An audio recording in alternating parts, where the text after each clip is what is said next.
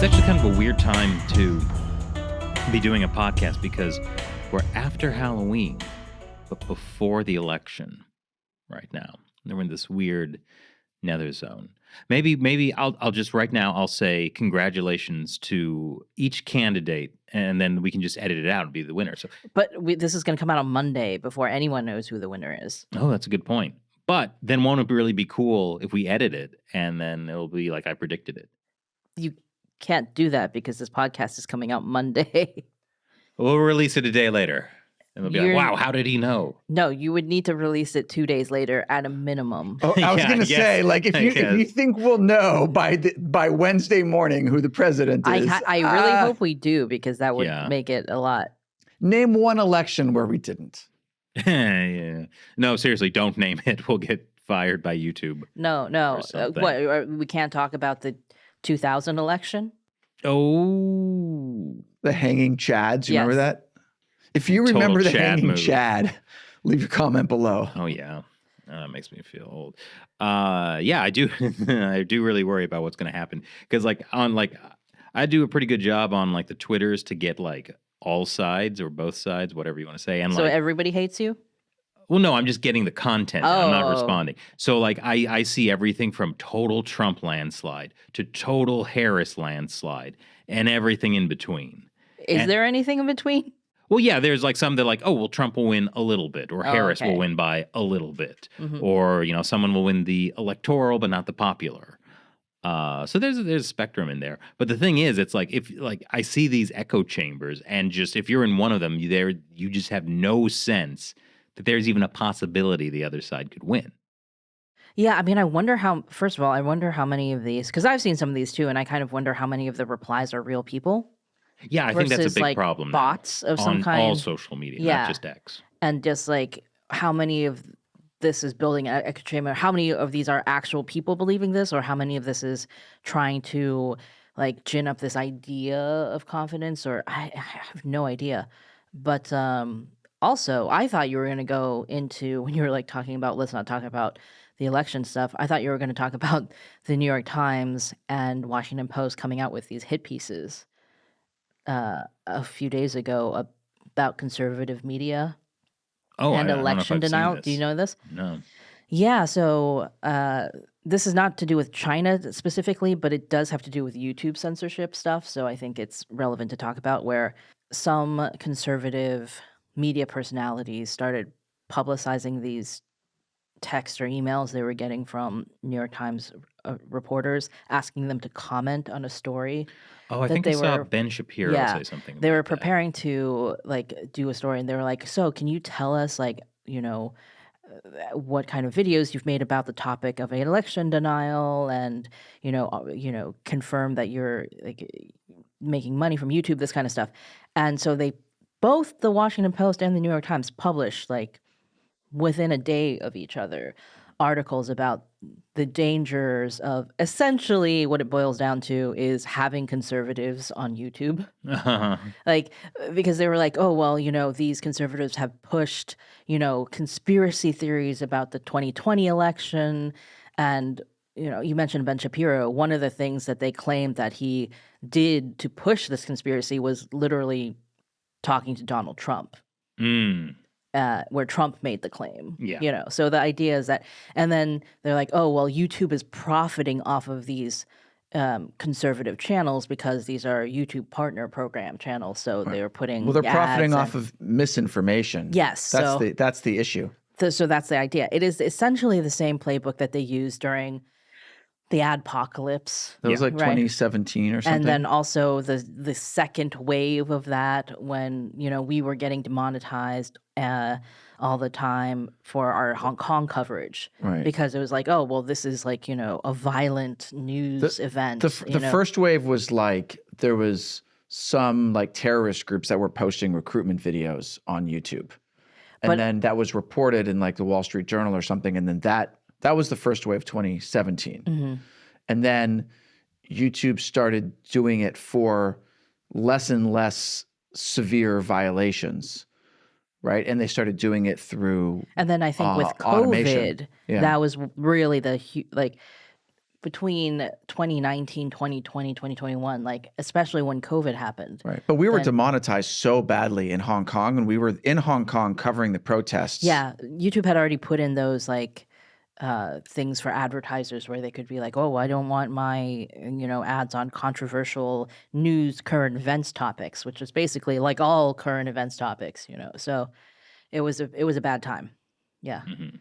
But yeah, the misinformation being used as a way to push censorship. It's really insidious. So I think we'll have to see whether this actually, if there's an effect from these articles, essentially trying to. It seems like they're trying to smear YouTube and force them to like deplatform these conservative channels, Right? Because no other channels ever produce any kind of misinformation. Well, if YouTube was smart and they wanted to continue to make money from normal channels, what they should do is say, okay, but do you really want us, a private company run by a bunch of billionaires, to decide what is true and what is misinformation? And then people will be like, yeah, maybe not, because then YouTube basically has an excuse, and I know you're watching this, YouTube, to say we're not going to just demonetize half of our channels, because YouTube doesn't want to do that either, right? They just face a lot of public pressure from the New York Times. New York Times, and like it's so idiotic and short-sighted to want one of the largest companies in the world to arbitrarily decide what is true and what is misinformation. Like it's such a horrible, dangerous precedent. Nobody really wants this. Well, it won't be YouTube. It will be these independent fact checkers that are getting their money from the government, as we've reported on several times. And then it's actually just the government. Who that way. the New York Times article was citing a report by Media Matters, which is like a media watchdog, but it is a left-leaning organization. So they're not going to be targeting like liberal channels and being like, well, there was like what about criticizing like when Obama or Biden will talk about the so-called Muslim ban, or that Trump said Nazis are very fine people. Like that misinformation is not being targeted. Yeah. Oh, also, and what if Trump wins the election tomorrow? Then who's in charge of the administration who gets to decide what's true and not true? So I think whichever side you're on, you can see that there's potentially a very serious risk. I do think that this is somewhat of a reaction on the New York Times and Washington Post on the legacy media side because we've seen both campaigns, the Harris and the Trump campaign, talk to a lot of podcasts. Mm-hmm. This is how the New York Times article opens, about the idea that podcasts have been influential in this year's election. They hate Joe Rogan. Not just Joe Rogan, but like all these other podcasts that they're going on. The Huok Twa podcast, #1 podcast in America. What? Is it? It might not be the #1. To me, it is. Okay. Matt, we're not going to explain this to you because you'll be disappointed. It'll take too long and you'll be very disappointed in the world. I kind of want to explain it now. No, I have a confession to make. I know what it is. Oh, okay. Okay. And it's because there was a joke about it in an America Uncovered script, like when it came out. And then I was had like, to look it up. What is the Hack Tua girl? And then I looked it up. And then I was heartbroken. Yeah. It was a quiet off-camera heartbreak. I've recovered from that. Apparently, she's a multimillionaire now. Really? Yeah. Wow, that's incredible that she's leveraged that. She doesn't necessarily seem like a bad person or anything. No, she knows what men want. All right. So anyway, I want to tie this back to China. So well, wait, no. Shelley was in the middle of a point. Oh yeah, so it was they're feeling threatened by podcasts or alternative media, right? Who's feeling threatened? New York Times, Washington Post, right. The traditional they're the source of truth. Gatekeepers of the news and things like that. So if, for example, Trump decides, I don't have to go on 60 Minutes, I'm going to go on Joe Rogan, right? Or Kamala Harris goes on Call Her Daddy.